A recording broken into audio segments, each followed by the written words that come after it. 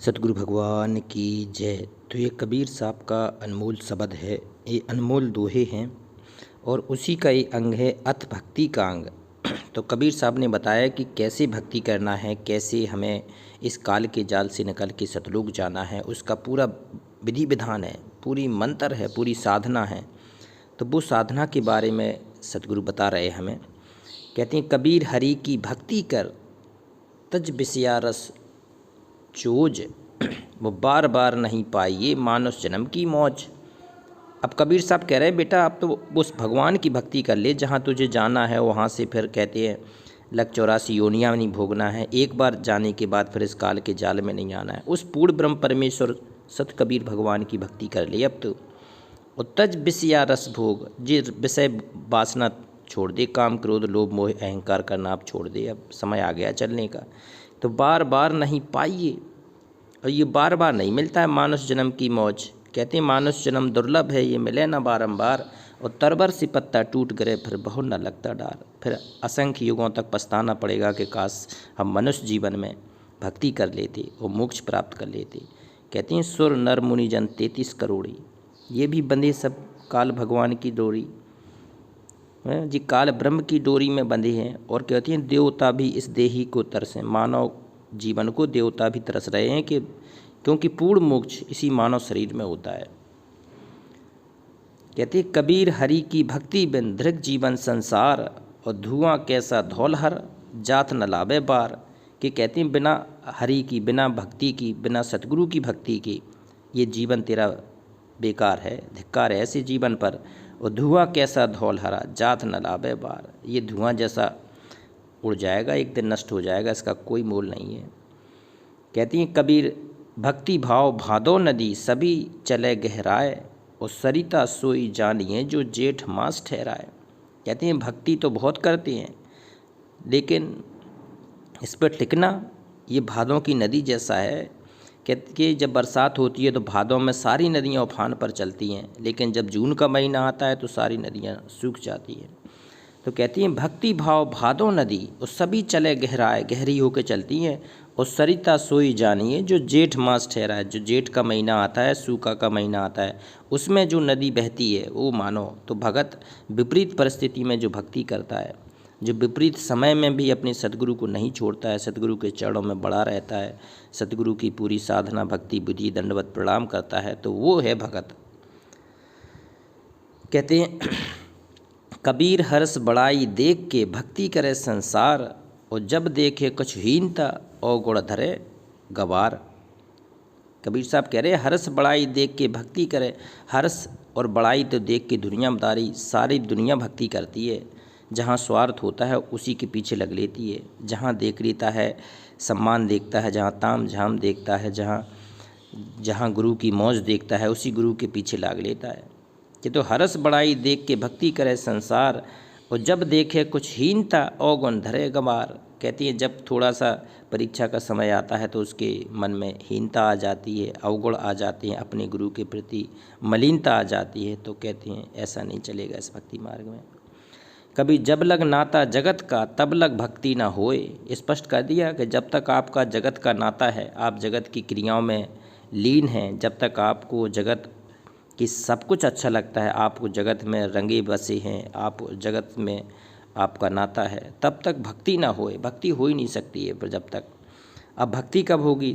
कहती नाता तोरे हरि भजे। जब आप जगत के लोगों से, बिना भक्ति करने वाले लोगों से, चाहे वो कितने भी अरबपति हैं, खरबपति हैं, कितने भी राज पद वाले हैं, कहते हैं नाता तोड़े हरि भजे भक्त कहा बै सोए।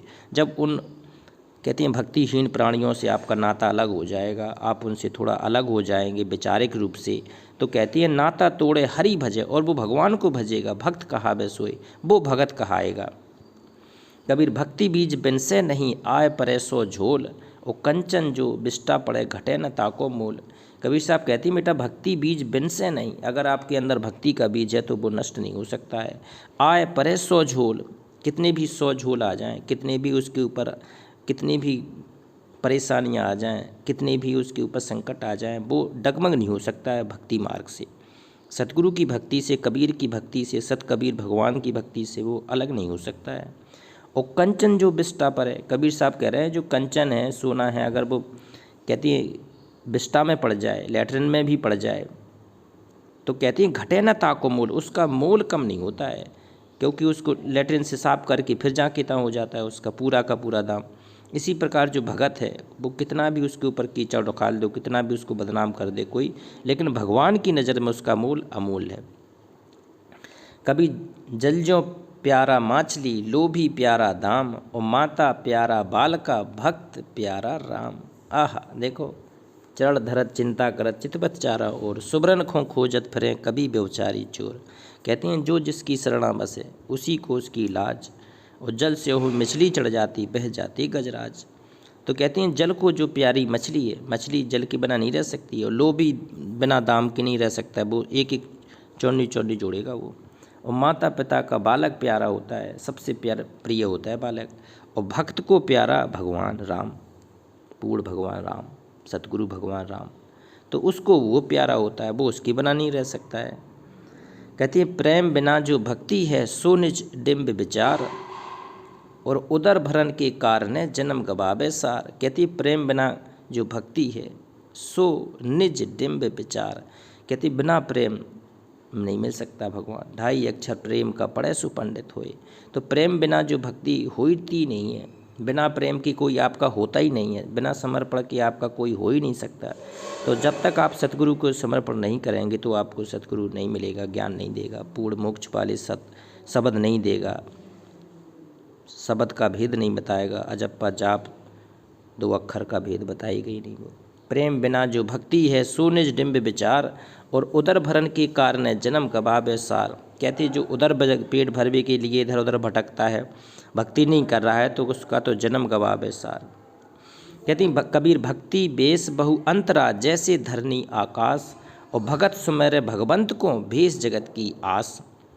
भक्ति भेष बहु अंतरा, जैसे धरती और आकाश, कितना अंतर है। और भगत सुमय भगवंता, भगत को केवल भगवान ही दिखता है और नहीं दिख सकता है। भेष जगत की आस, जगत से तो दूर है।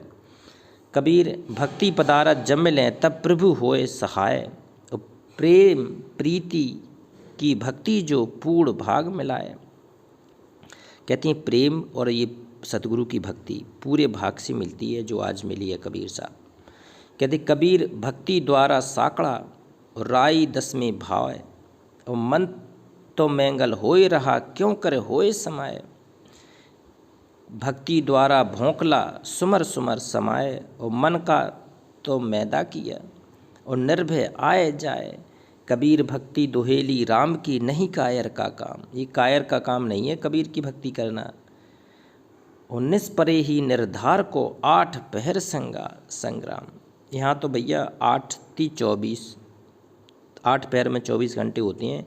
इस कबीर की भक्ति में, इस सत कबीर भगवान की भक्ति में, सतगुरु की भक्ति में 8 पैर संग्राम है, जगत के लोगों से, भगत के लोगों से, अपनी लोगों से, पराये लोगों से, भगवानों से, सबसे तगड़ा झगड़ा है। कहती भक्ति धोएली राम की, नहीं कायर का काम, शीश उतारे हाथ ले सो ले सी हरि नाम। कहती हैं शीश दिए जो गुरु मिले तो भी सस्ता जान।